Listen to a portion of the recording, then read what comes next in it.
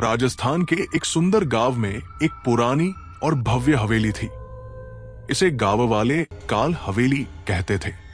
हवेली का नाम सुनते ही लोगों के चेहरे पर डर के भाव आ जाते। वहां हर कोई जानता था कि इस हवेली में शादीशुदा जोड़ों के साथ कुछ न कुछ अनहोनी जरूर होती थी, लेकिन नई पीढ़ी इसे अंधविश्वास मानती थी।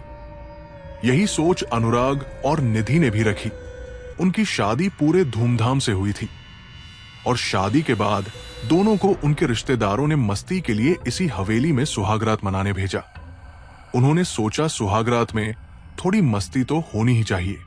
जब अनुराग और निधि हवेली पहुंचे तो दरवाजे की चाबियां एक बूढ़े चौकीदार ने उन्हें दी। चौकीदार ने कहा, इस हवेली के बड़े कमरे में जाने से पहले पूजा जरूर करना। वहां की पेंटिंग से दूर रहना और कुछ भी हो जाए रात के समय आईने में मत देखना। अनुराग ने इसे मजाक समझकर अनसुना कर दिया, लेकिन निधि के मन में हल्का सा डर बैठ गया। हवेली में कदम रखते ही दोनों को अजीब वातावरण महसूस हुआ। वो हवेली चहल पहल के बदले एकदम सुनसान लग रही थी। हवेली के पुराने फर्नीचर, जालों से ढकी दीवारें और दीवार पर टंगी एक विशाल पेंटिंग को देखकर अजीब सी फीलिंग आ रही थी।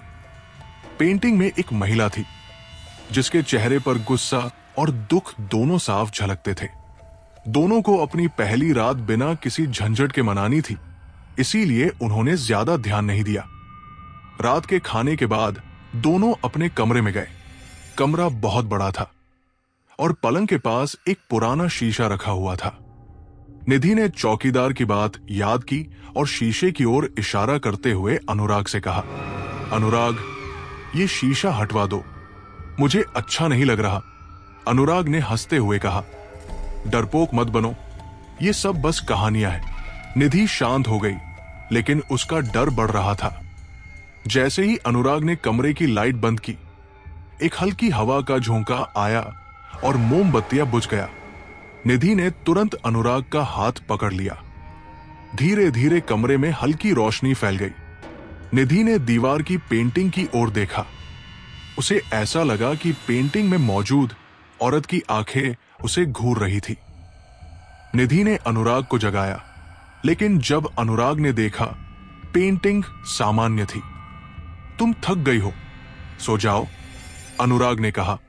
लेकिन जैसे ही अनुराग ने करवट ली, निधि ने पेंटिंग की आंखों को फिर से हिलते हुए देखा। उसे लगा जैसे औरत पेंटिंग से बाहर आने की कोशिश कर रही थी। अचानक कमरे का दरवाजा जोर से बंद हो गया।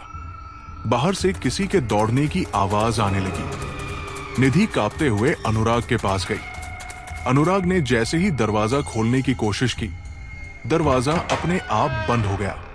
तभी आईने में एक परछाई दिखी। सफेद साड़ी पहने एक औरत खुले बालों के साथ धीरे धीरे उनकी ओर बढ़ रही थी। निधि चीख पड़ी, लेकिन अनुराग को कुछ नहीं दिखा। रात के बीच अचानक अनुराग की नींद खुली। उसने देखा कि निधि बेड पर नहीं थी। उसने चारों तरफ देखा, लेकिन वो कहीं नहीं दिखी। तभी उसने पलंग के कोने में एक औरत को बैठे हुए पाया। वो औरत वही थी जो पेंटिंग में थी। उसकी आंखें खून से लाल थी और उसका चेहरा खौफनाक था। उसने अनुराग की ओर इशारा किया और कहा, तुम्हें भी मेरे जैसा बनना होगा। अनुराग डर से चिल्लाया और बेड से गिर पड़ा। सुबह हवेली के चौकीदार ने दरवाजा खोला। अंदर का नजारा रहस्य से भरा था।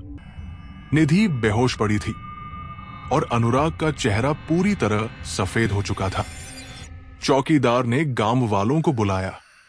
उसने बताया कि यह हवेली किसी समय कल्याणी नाम की महिला की थी, जिसे उसके पति ने शादी की रात जला दिया था।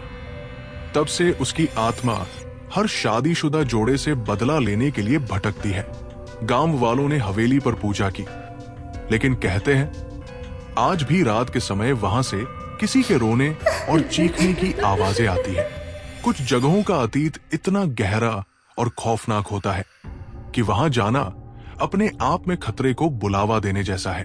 तो दोस्तों, मुझे आप सभी से एक बात पूछनी थी कि कभी आप कमरे में लेटे हैं और बाहर से किसी के घुंघरू की या रोने की आवाज आए जैसे फिल्मों में होता है, तो आप उस आवाज की तरफ जाओगे या नहीं? कमेंट में जरूर बताना। और आपको ये कहानी कैसी लगी? आशा करता हूं अच्छी ही लगी होगी। चलिए मिलते हैं एक नई वीडियो में।